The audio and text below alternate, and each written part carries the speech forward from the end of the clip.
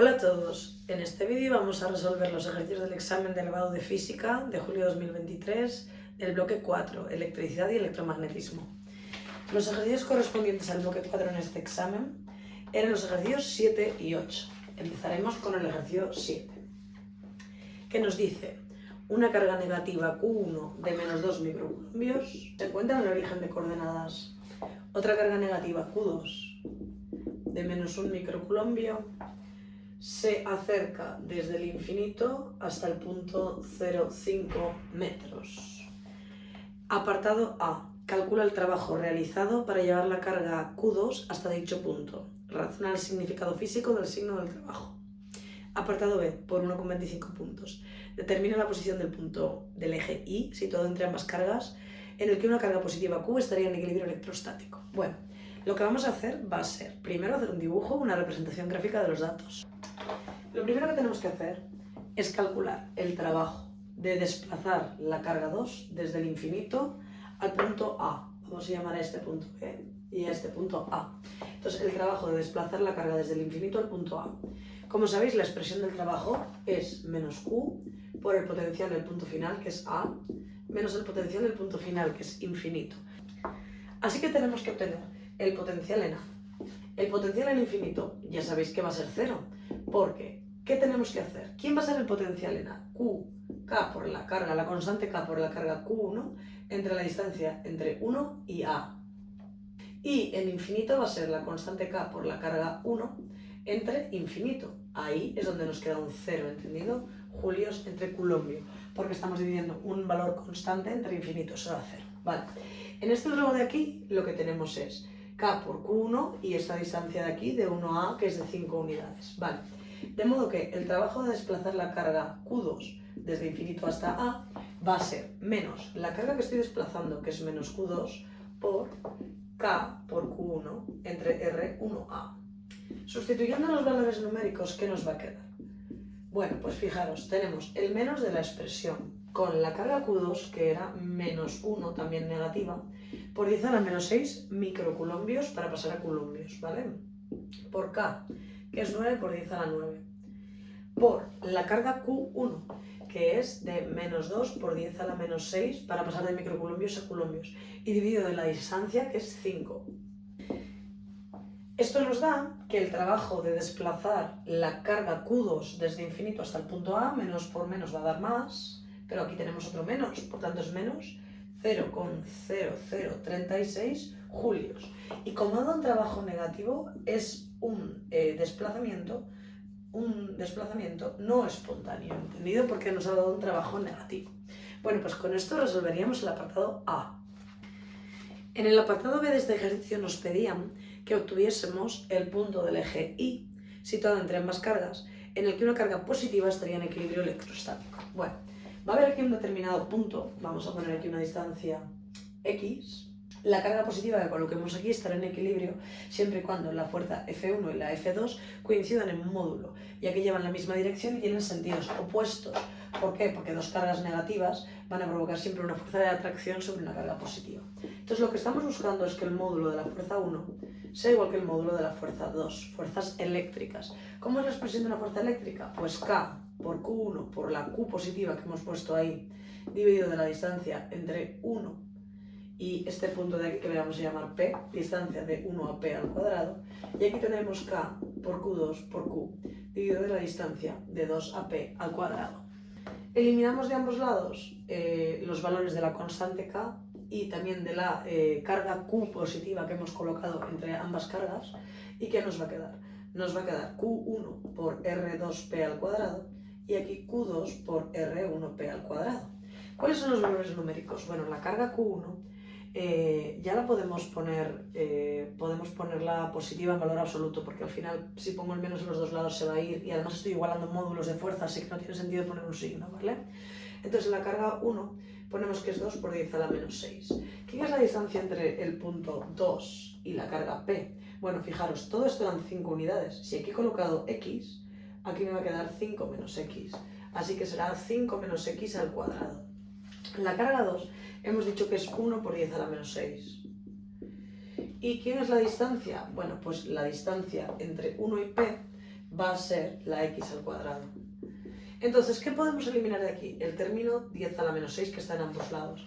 De modo que me queda 2 por 5 menos x al cuadrado, que es una identidad notable de cuadrado la resta, cuadrado del primero, menos doble del primero por el segundo, más cuadrado del segundo, y en el otro lado x cuadrado.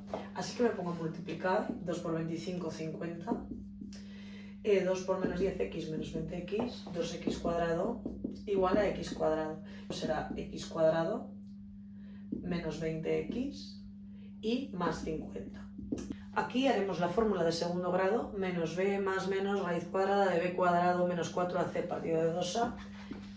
Esta no la podemos coger porque el enunciado me decía que el punto que estamos buscando está entre las cargas 1 y 2, ¿vale? O sea que no nos podemos ir fuera, sino que está entre ambas. Y la otra solución es 2,93 metros. 2,93 metros lo hemos definido como la distancia a la que hay que colocar Q, carga positiva, respecto de la carga Q1. Entonces está a 2,93 metros de la carga Q1. ¿Y cuál será la distancia de la carga Q2? Pues 5 menos 2,93. Eso da 2,07 metros de Q2. Y con esto habríamos terminado de resolver el ejercicio número 7 del examen. Veamos ahora lo que dice el ejercicio número 8. Dice que una espira circular de radio 3 centímetros se encuentra inicialmente centrada en el origen de coordenadas con su vector superficie paralelo al eje X. La espira gira en torno al eje Z con una frecuencia de 20 Hz y se encuentra en el seno de un campo magnético P de 4i teslas en la dirección del eje X. En el apartado A nos piden que saquemos el flujo magnético que atraviesa la espira en función del tiempo. Y en el B, que obtengamos la fuerza electromotriz inducida sobre la espira en función del tiempo. Lo primero que vamos a hacer va a ser una representación gráfica. Nosotros tenemos el eje Z, el eje Y y el eje X. Entonces, la espira nos han dicho que está centrada en el origen de coordenadas.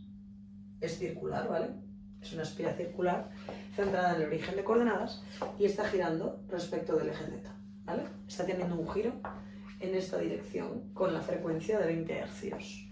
Nosotros tenemos el campo B en la dirección del eje X. Estos serían flechas salientes. Si lo pintamos, podrían ser puntos. Ya sabéis que las flechas salientes se hacen con puntos y las flechas entrantes con cruces. Entonces esa B va en la dirección de 4i teslas. Y nos faltaría el vector superficie. El vector superficie, volvemos a leer porque nos indican cómo es el vector superficie para definírnoslo, ¿vale? Dice, con el vector superficie paralelo al eje X. Vale, bueno, pues tú no te lo tienes que inventar, te lo dice el enunciado. Así viene el vector superficie de la espira. ¿Eso para qué nos sirve? Pues nos va a servir para ver que el ángulo entre el vector superficie de la espira y el campo magnético B es de 0 grados, ¿vale?